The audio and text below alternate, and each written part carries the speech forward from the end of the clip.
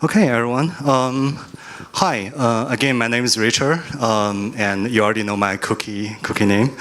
I actually work for Ant Group as a head of open source. It's also part of our technical strategy initiatives. And I have a 15-minute session here for you today. It's called From Fintech to Fintech Open Source, my unique open source finance journey. So just to get a little bit to know a little bit more about myself, of course, everyone has this kind of like bipolar kind of lifestyles. My working style, I pretty much explain a lot of things. I actually have an MBA from Berkeley Haas, combined with an electrical engineering degree. Have been working as a software engineer for 10 plus years, which I personally found to be really beneficial as a background to work on open source, because on one side, open source is this extreme technical side with all the coding, but on the other extreme is the community. And community almost feels like the most liberal arts thing ever possible you can imagine on the planet.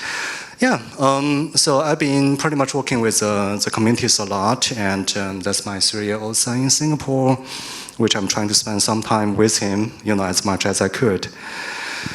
And what's Ant Group? We just kind of talk about a little bit about, like Ant Group as a master company of Alipay, right? And here in UK, it's kind of appropriate because we also own this brand called World First. It's one of our to-be business brand, which I believe is a UK company, if I'm not mistaken. So the interesting part of Ant Group is actually has a very similar notion or mission compared to Square. For Square, we have this kind of mission called economy empowerment. And for Ant Group, we have this mission of making small and beautiful changes to the planet, which is focusing on the small things, as as the name Ant implies. We really care about small things, and the primary client or who we serve are actually the small businesses in China. And if you kind of remember some of those kind of early stages, people kind of putting the payment QR code that can actually scan, do business immediately. Now with all the contactless, it seems that it's all kind of like similarly again. But for the longest time, in the past 10 years, the Chinese small businesses are actually benefiting a lot from this by having this kind of instant settlement, which really helps their business. So that's what Ant Group do. We have a 2C, we have a B2B2C business. You have this Alipay called 支付宝 on your phone, which is a 2C brand, and you have all the 2B capabilities as you might be using. It's called B Plus as part of anti-international branding. And this is my journey. How many of you here have read this book, The Alchemist? Yeah, it's actually a very simple book. I believe it's part of this kind of high school education here in the States now, but it's a very powerful book. I would highly recommend everyone to read this book. In fact, I read this book before I decided to go back to China and join Ant Group during COVID. That's how powerful it is. In there is, I won't really spoil the story, but if there's a one-liner for the story, it's a journey to your own treasure. There are a couple of keywords there. One is destiny, is basically what you believe. One is omen, which is observable signals in which you see along your journey, along your way. And there's a word called Esperanto. I don't see Monique, but interesting enough, Esperanto used to be the code name of our payment core at Square. I didn't know it until I read this book. I was like, holy shit, okay, that's interesting. It's a world language. And that's why we name it that way. Fintech is basically the world language, as far as I can tell. So my talk here today is short, but it's going to be 3 sections. The first section is about our Ant Group Outsport journey, which I believe people will be curious about. And the second part is about omens, and last part is my personal treasure. So the first part is, first thing first, Ant Group used to be part of Alibaba. So, in fact, even for people here today, I see people come to us and address us, hey, you're from Ali. In fact, we used to be one company, but now it's 2 separate companies. So the Ant Group actually separated from Alibaba, and in 2020, it's actually named as one of the world's largest IPO until the IPO got shut down. So we're still a private company now. But it's still a very interesting company as far as the business is concerning. And has been spending like 3 years dedicated regulatory compliance restructuring demanded by the government. And then we have a new CTO in 2023, which used to be working at Google. So the company is actually changing from a very business-oriented company to a more technical-oriented company now. And for our OSPO, interesting enough, I came back to the company in 2020 December, and in 2021, the company has been experiencing a lot of issues. And the person who actually came to my boss at the time was our new CTO 3 years later. He has this one-liner, it's like, we want to do open source as a technical strategy for the company. That's it. That's it. So it's just like, that's what we want to do. Details, what do you want to achieve? We don't know. What's our goal? We don't know. Gonna figure it out. So that's pretty much what the whole journey was all about.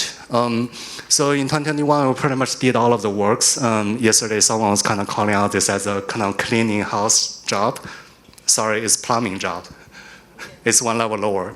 But in 2022, we did it. We did a pretty good plumbing job. And in 2022, we began to kind of really bring this into a technical strategy, which I will go into more details of.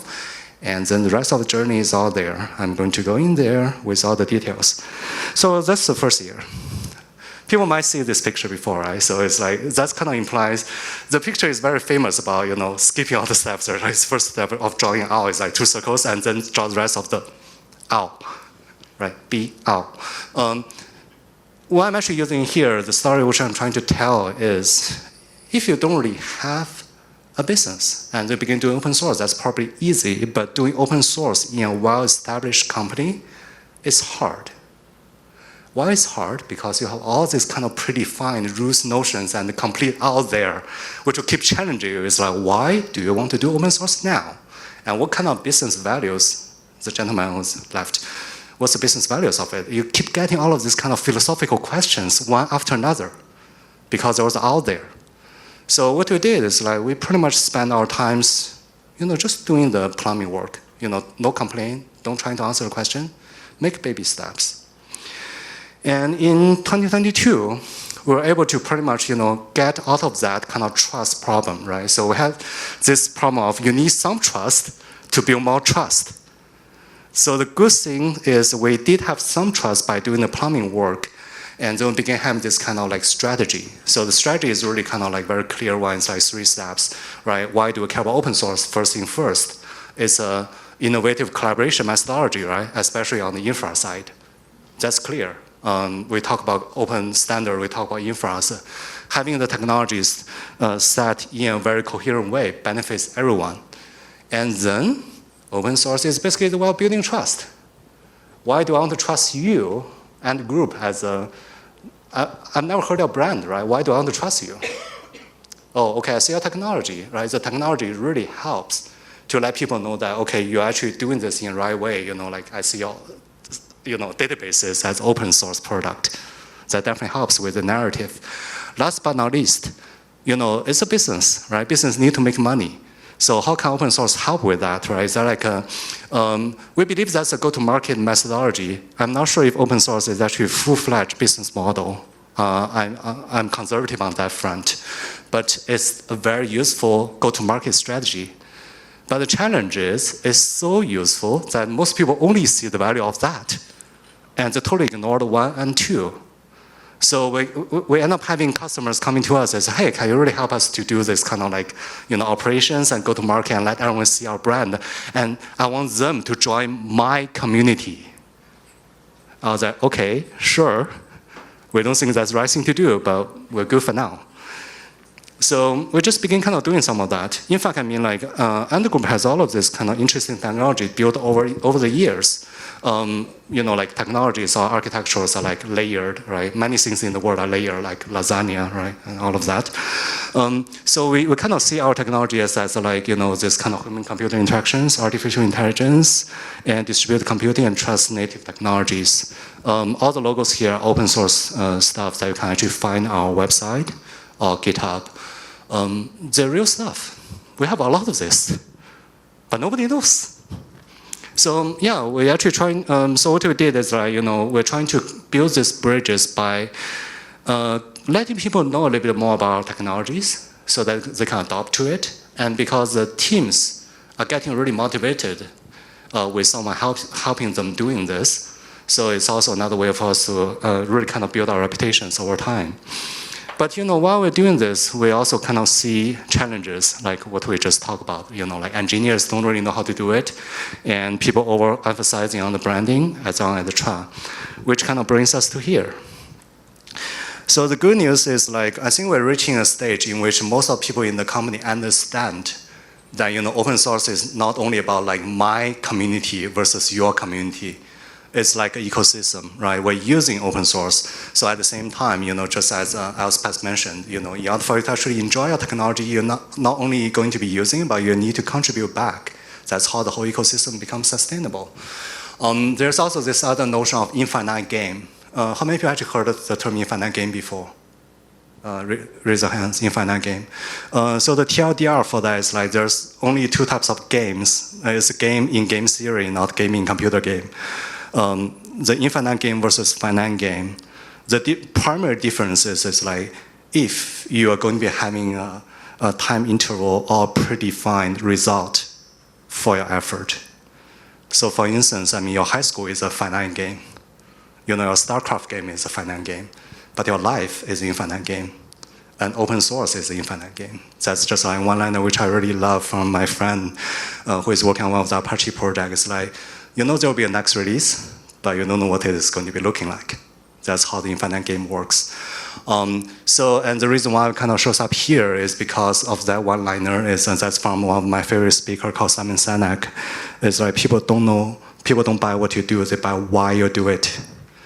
Again, people don't buy what you do, they buy why you do it. So we're here to share to you all about why we're doing all of this. So the omens. When I say omens, it essentially means the significant signs you see on the road which kind of guides you to the next stage. Here are some of the things in which I observe along the way. One, OSPO is actually this kind of pretty good bridge between policymakers and developers. I think some of it came from FOSDEM or OFE before this event. So OFE is a very policy-centric event, and FOSDEM is a very developer-centric event. In fact, for our job, we work with policymakers as well as developers. There seems to be a pretty big bridge in between. And the developers are kind of thinking policymakers are not really helping them. They're they're flying up in the air. They're not doing anything helping us. But in reality, we're all facing the same challenges of trying to make open source a sustainable, infinite game. It's the same game. But there has been this kind of disconnection. So I think one of the omens in which I get is as an OSPO leader, the best thing you can do is trying to bridge the gap and really trying to get everyone working together. And the second point is Fintech is actually this very interesting vertical which gets you all sort of interesting technologies. Why? It's because there's scalability and accuracy challenge. You can't get it wrong. People auditing you all the time, right? You need to keep your audit logs traced all the way back for 7 years. And if anything goes wrong there, you fail your audit. So all these challenges are there. Risk controls, reliabilities, right? 3 centers, 5 applications throughout this whole process. All of that leads to very interesting technologies that we use internally. I don't have the time to go into the details, but here are some of the examples in which we're building internally, which are really helping us to do our business. And the third omen we got is open innovation is helping us all. We talk about Finos, we talk about, in fact, I didn't go into the details, there's Open Wallet Foundations or Mojo Loop from Gates Foundation, which are working on different aspects of fintech technologies. Overall, fintech seems to be a very clearly defined term, but it feels like archipelago, right? On one side, you have all this kind of settlement technologies, payment technology, gateways, risk, case, know your customer. All of these technologies, they're separated, and they're all proprietary. You see some of those open source alternatives, but they're very limited. Being able to actually get everyone working together is an interesting challenge, and it's going to be helpful for everyone. Last omen I see is a cultural gap is real. So I've been kind of personally experiencing many different cultures, and all I can say is the cross-cultural communication collaboration is acquired skill. You don't really get that by nature. But how to actually work on that is open source is actually pretty good narrative for it. It almost feels like a training ground for it. So if you're kind of working in open source in fintech companies, congratulations.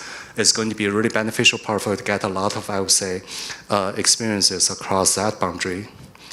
So that's my last slide, is basically my treasure. So if I'm allowed to actually summarize this, my gain in the past 4 years, I would say definitely, like open innovative engineering culture is fostering talents. It's a continuous observable trend, both from Square and group. Another one is open source is basically this Esperanto, right? It kind of lets us here in UK, we talk about open source, we talk about open source in Brazil, we talk about open source everywhere on this planet. It is really part of this Esperanto. And fintech is another Esperanto, right? Because I mean, like the economy empowerment is pretty much the same as bringing small, beautiful changes to the world. It's two companies across the globe, they believe in the same thing, and they're doing exactly the same job. And for that, it really kind of motivates me to go forward as engineer and open source developer. All right, so thank you all. This is the last page of my presentation. And here's some information for Ant Group. We have a GitHub page, a Twitter, and we have a website which has all the details of our technology. And you can also find me on LinkedIn. And please don't be a stranger. Let's talk afterwards in the hallway. I flew 11 hours here just to have this conversation. So again, thanks so much for our patronage audience. Thank you.